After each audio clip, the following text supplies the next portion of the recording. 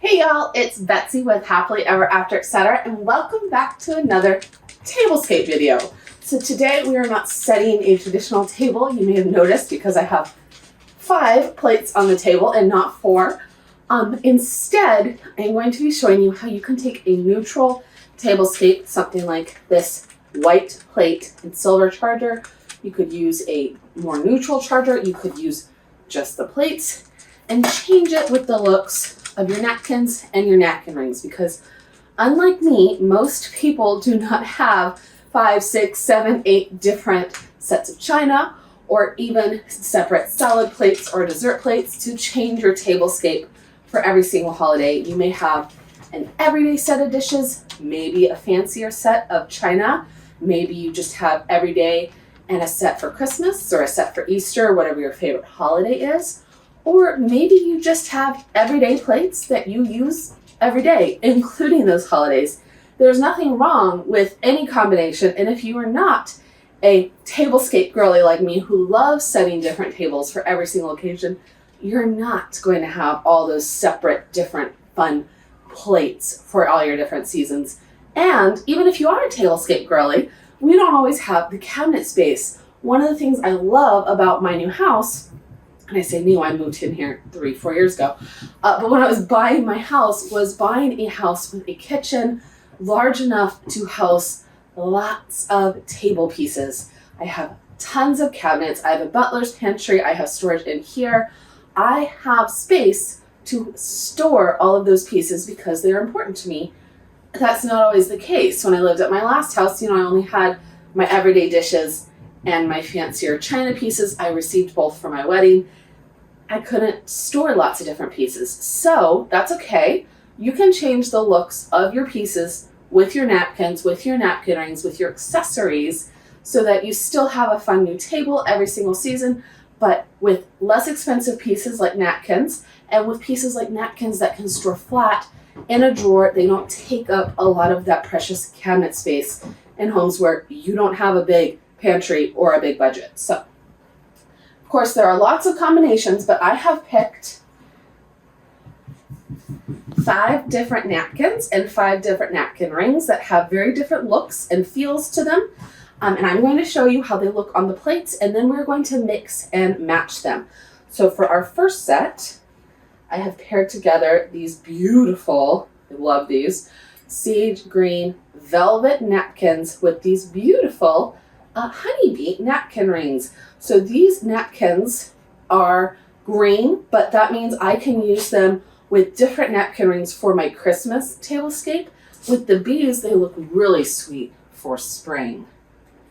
I love them. A lot of these, I just ordered some new pieces for a project I'm doing. And so both of those are new, and the last set is new. Now these are my everyday neutral napkins and napkin rings. These are the ones that I registered for. A lot of times when you get married, if you're just starting out and you don't have a large collection, you do register for neutrals. So I registered for these beautiful silver napkin rings and these fun gray and white gingham kind of napkins. You can tell they go with my entire room here with the grays and the whites and the silvers, and they'll look good on any table any time of the year. So if you don't have a specific Halloween set, I don't, you can always go with neutral. Of course, I am always going with pink. I have several pink napkins, so it's hard to pick just one. And I have this beautiful set of leaf rose gold napkin rings that pairs beautifully with all kinds of colors. But I love the pink on pink look that you get with these. I will show you though when we start mixing and matching. That rose gold napkin ring looks really pretty on pretty much everything. I might be biased though. I'm fairly sure I like them on everything. Another neutral option, something a little fancier. So these are embroidered napkins. I will link to the most similar ones I've found online, but I actually bought these. They are hand embroidered in Greece, and I love them. I want some that Italian lace, the really beautiful fancy lace.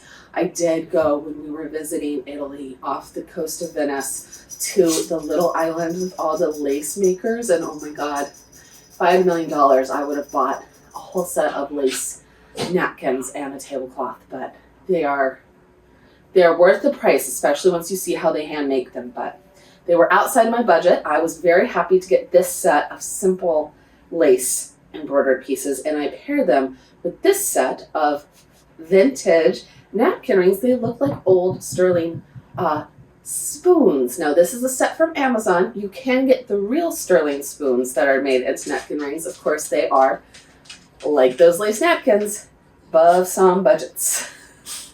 That's okay though. There are ways to get around that. There's a lot of look-alike kind of options. Now, last but not least, I have these cheesecloth, rustic, rust-looking napkins with these really fancy birds. Now, this is not my style at all, and maybe I'll switch this out for more of a pumpkin for Halloween. But these are pieces from my best friend that I borrowed to show a fifth option. And so it just depends. And switching out those napkin rings, even just on these 5 napkins, makes a huge difference. I'm going to bring y'all in. I'm going to show you close-ups of how different these 5 different plates look just with the different napkins. And then I will get the napkin rings. I have 5 of each, and we will put them on each of the different napkins so you can see how different like these white simple napkins look with a bit more color from the rose gold or with the bee. You can make a big difference with very little storage, very little budget. All right, so all 5 plates, you can tell they are similar, but they are different. So this one with the gray napkin ring is very neutral. This one with the bee looks ready for spring. This one with the bird could be for fall or even winter. I love that look. It's very jewel tone. I mean, that would be so much fun for like a safari themed party. I don't know when you'd have a safari themed party, but if you do. This one is just simple and elegant. It's very neutral. You can see that we've still used gray and white kind of feeling, same as gray and white over here, but in a different way. And last but not least, my favorite, the pink and rose gold. So let's go ahead and start with our simplest of tables, which is the white plate with the white napkins. And I'm going to show you these white napkins with all of the different napkin rings. All right, y'all. So for the white, we have, of course, the vintage napkin rings we started with. And then we start getting fancier. So our rose gold napkin rings, especially if we paired it with a rose gold charger, but we're not doing that today. We're just focusing on the plates and the neutral of it all. So this brings out just a little bit more sparkle, which I really like, but I'm a sparkly kind of girl. Next up, we have the bees. I love these bees. So even here, using the same chargers, these silver chargers look a bit more of that champagne or gold that the bee is bringing out. And this looks more elevated. It looks more spring than either of the other two. If we switch it out for the bird, it looks a bit more safari. Now the bird with the embroidered piece here, this is the only one that I probably would not use. I don't think they really go with the 2 symbols. So I would probably skip that one in my rotation of mix and match and stick with one of the other 4. But this silver even looks really pretty with that embroidered flower. And that gives me 4 really nice options to pair this napkin with for different occasions. Next up, let's go ahead and do the green. Ta-da! Now the green looks so soft. It is velvet. But when we switch out the green with the bee, we get a whole different vibe than the white with the bee. We also get a napkin that works with the bird. Now this might not be my first choice for the bird napkin. I really like him on the rust, but instead of bringing out the red tones, this one brings out the greens. And there's something very nice about that, especially if we had other greens on the table. Say we had, you know, foods that had a lot of those grains in there, that would really emphasize the structure of this little bird. On the other hand, we can go very neutral with the green as well. And that silver with the green makes it look more sophisticated necessarily than the bird or the bee does. It doesn't lend you in a certain direction. I don't read spring from this. I don't read safari from this. It's just a nice, simple, I would use this for Christmas. I would use this for, you know, an after church kind of brunch. It's just very simple and elegant. And while this one is also simple and elegant, it reads more vintage.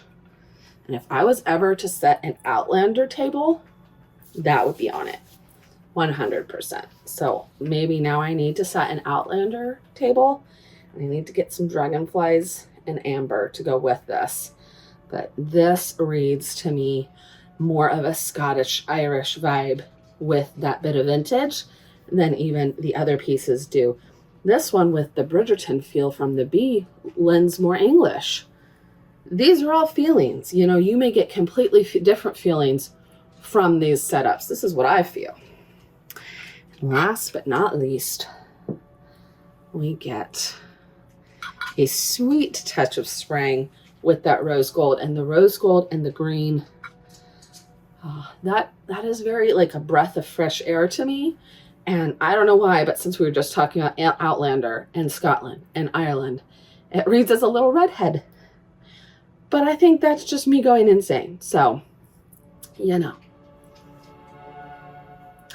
I really like these napkins. A lot of times, soft greens or blues can read as neutrals, especially if they do not have bright undertones. So while this is a color, it is a neutral color. It's a bit of an oxymoron, but it does work. And it gives you just a touch of that color without being really bright. So let's go ahead, switch this one out for the pink. Ta-da! Now another set that I only have 4 of, these pink napkins with the rose gold napkin rings. I love these. These read baby shower, they read spring, they read fabulousness. I would use these for Easter even. But another example of a napkin ring that will not probably work with all of your patterns is, once again, the bird. Is it terrible? No. Does it go? Not really. And so the lesson there is that when you are looking for your napkin rings, for your napkins, you may want to pick napkin rings that are more neutral, things that are different metal tones or different, styles, things with whites and silvers, golds, rose golds, but not necessarily lots of conflicting colors, because then these conflicting colors will probably only work with napkins within this color palette. There's nothing wrong with that, but if we are looking for napkins that you can mix and match with your entire collection, this one may not be your best choice. Just throwing that out there. The bee, on the other hand, looks very almost regal, which I love. And this bee has a very conflicting little guy because he does have the pearl, he does have the champagne gold of the bee, but then he's woven. So this would look good on a country table. It would look good on a more elegant table. I used it on a Bridgerton tablescape lately. That's literally what I purchased him for, where he is with really fine china and beautiful elements. But I could put him, with white plates and a picnic basket and sunflowers, and he would look very country.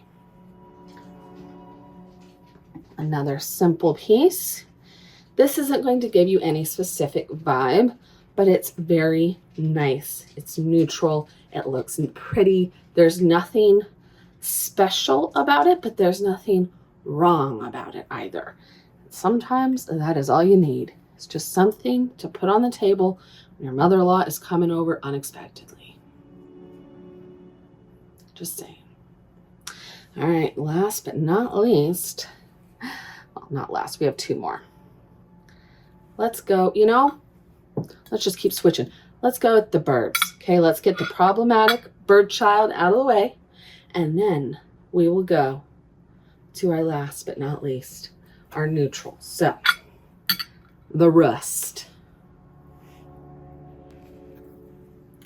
All right, another bold choice. These rust color napkins are a very strong color, which means they may not go with every single piece in your arsenal. Now, the only one that I think looks a little out of place is the rose gold, but let's start with our bird. Instead of a dark red, the red still goes with our rust here, but it's not a perfect match, and that's okay. I love how that looks. I'm actually sending these rust colored napkins to my best friend. She has a lot more oranges and greens and rust. This is literally the color of her bridesmaid dresses. So this is 100% in her wheelhouse, and also why it doesn't go with my neutrals very well, because this right here, this napkin ring is one from my personal collection I've had for a while, and they don't necessarily match. That's okay. But if I was going for the rust, greens, more fall kind of aesthetic in my overall home, one of my 5 napkin rings would probably not be this rose gold. I would have picked a dark copper or a gold for the 5th napkin ring here. And even in this same leaf pattern, they have it in those other colors. So instead of this shiny pinkish rose gold, I would have gone for one of those other 2 metals, and it would be a beautiful contrast. Similar to our bee. So that bee is that champagne color, and I like this because it reads as gold when paired with golds. It reads as silver when paired with silvers. It reads as champagne when paired with champagnes. And champagne is just such a beautiful neutral that coexists nicely with other metals, other colors. It goes with a lot, as opposed to the gold or rose gold that go with tones of their, family. So another one that I love, but maybe doesn't work with cheesecloth, are these vintage napkins. And I think that's because they're very strong and structured, and they're a rather large ring. So you have to get it set just right, or it flaps over. And that's not necessarily what we want. Now we could easily, zhoosh this up a little. And that brings us to our whole discussion on folding napkins, because you might have noticed there's lots of different ways to fold a napkin, and depending on your napkin, you may fold it differently. You may fold it differently for different plates. But this napkin with this ring, cheesecloth has no structure, so it really leaves a lot of space. That doesn't always work with a larger napkin ring. That's okay. You just have to keep it in mind. This one has a slightly smaller diameter, and so it works because instead of flopping over like this one, it contains it, and it just gives it a nice way to spill out of the napkin ring while still being within the cylinder. Speaking of within the cylinder, on to our last, most neutral napkin, the gray and white gingham. Here we are. I love these napkins. Like I said, these are probably the first set that I bought to go with the napkin rings I received for my wedding. And they are just a very nice, neutral. You can dress them up, you can dress them down. They look kind of like a picnic, but with fancier napkin rings. They look fancier. I love them. They are simple. And they go with just about everything, even the birds, although it wouldn't probably be my first choice because this is way more elegant bling color, and these are definitely more neutral, country, rustic, French country, like just not, they don't live in the same worlds. And so unless I had a lot of other things on the table from those two worlds that married everything together, I don't think it would work with just neutrals. That's okay. Not everything has to go together. They can love each other from afar. Another one that works but wouldn't be my first choice is the rose gold. Again, I like both of them, and they are closer with the leaves being more neutral, rustic than the bird, but the color is just a bit more elegant over the top than the napkins. I would have to have other things on the table in this color for this pairing, I think, to work. But I do think the bees work, and I think that might be because of those rustic woven wrapped pieces. Oh, that's pretty. So there we have it. All the different options. And there we have it. 5 napkins, 5 napkin rings, 80 bajillion ways to combine them. I know that's not the real math, but you know, I'm a napkin girl, not a math girl. I love them. If I was putting together a mix and match set from scratch, like I said, I probably would have switched out a few things, mainly the rust color napkins and the birds. For things that were more in my tone, I might have gotten a blue and another like darker copper kind of piece, something in this tone. That would have been really pretty. But I wanted to show different options, not just my options. And if you would like a tutorial of some type, a show me of different ways you can fold napkins, let me know, because there are so many ways. I've done them as roses. I've done them all kinds of different, like intricate origami type of folds. But if you're just trying to fold your napkins to fit in your napkin rings, we have a looser cheesecloth option where we folded the top down and then in. We have a roll. We have a pyramid where it comes down to a triangle. We have a roll where they come into the middle. And then we have our loose leaf velvet. So, you know, just these 5 are all rolled differently, even though they end up with kind of the same look at the end, because the napkins themselves are structured differently. So if you'd like to see that, leave me a comment down below and leave me a comment on which of the napkins and napkin rings was your favorite. At the moment, I'm really loving the green velvet and the bees, but I think that might just be because they're my newest, therefore my most exciting. I think the hand embroidered from Greece is probably my ultimate favorite. So I hope you liked this video. I'm going to bring you in for one more look at all the pieces laid out, and I will see you in the next one. Bye.